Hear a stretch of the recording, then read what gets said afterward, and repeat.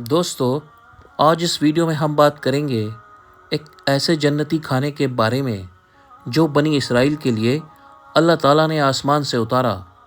وہ کھانا جس کا ذکر قرآن کریم میں کچھ یوں آیا ہے: یا بنی اسرائیل وَأَنزَلْنَا عَلَيْكُمُ الْمَنَّ وَالسَّلْوَىٰ۔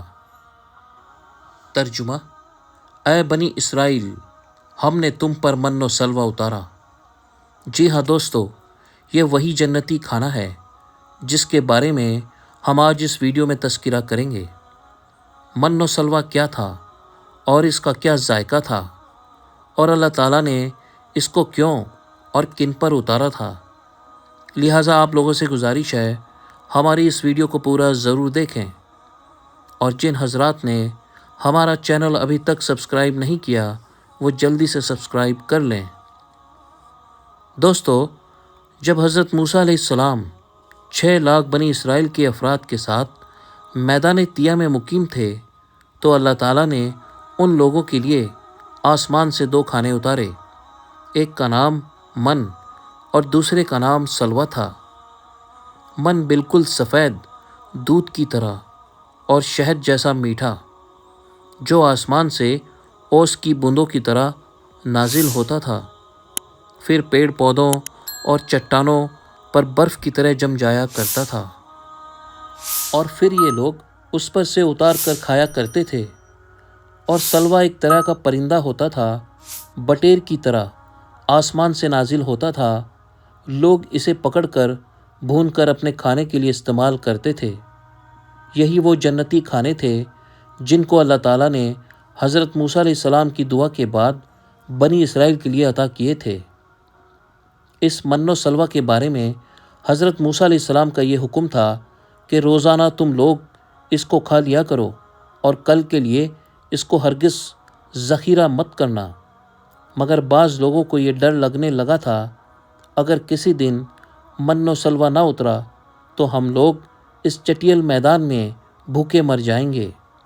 چنانچہ ان لوگوں نے کچھ چھپا کر اور جمع کر کے رکھ لیا تاکہ کل کو آرام سے کھا سکیں۔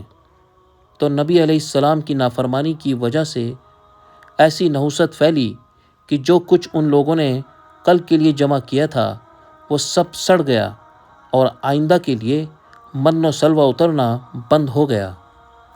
اسی لیے حضور اقدس صلی اللہ تعالیٰ علیہ وسلم نے ارشاد فرمایا کہ بنی اسرائیل نہ ہوتے تو نہ کھانا کبھی خراب ہوتا اور نہ گوشت سڑتا۔ کھانے کا خراب ہونا اور گوشت کا سڑنا اسی تاریخ سے شروع ہوا، ورنہ اس سے پہلے نہ کھانا بگڑتا تھا نہ گوشت سڑتا تھا۔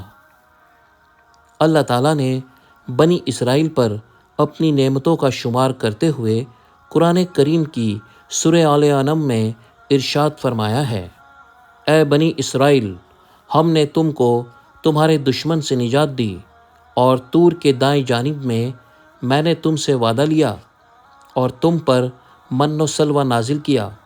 کھاؤ پاکیزہ رزق جو تم کو ہم نے دیا، اور اس میں سرکشی نہ کرو، ورنہ تم پر میرا غضب اتر جائے گا، اور جس پر غضب اترا وہ ہلاک ہوا۔ اور میں مغفرت کرنے والا ہوں اس شخص کی جو توبہ طلب ہوا اور ایمان لایا اور اعمال صالحہ کیے، پھر ہدایہ یاب ہوا۔ اور جب گرمی کا موسم آتا، اللہ تعالیٰ کی قدرت سے بادل آ جاتے جو ان کو گرمی کی تپش سے بچاتے۔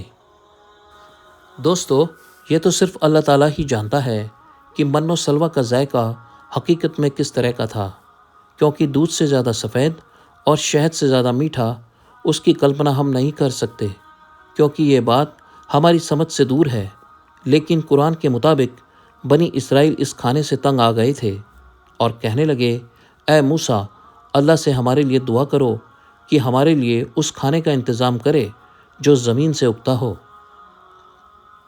اللہ تعالیٰ قرآن کریم میں ارشاد فرماتا ہے: اور یاد کرو اس وقت کو جب تم نے کہا، اے موسیٰ، ہم ایک ہی طرح کے کھانے پر صبر نہیں کر سکتے، اس لیے آپ اپنے پروردگار سے دعا کریں کہ ہمیں زمین سے پیدا ہونے والی چیزیں، یعنی ساگ، ککڑی، گیہوں مسور پیاز فراہم کرے۔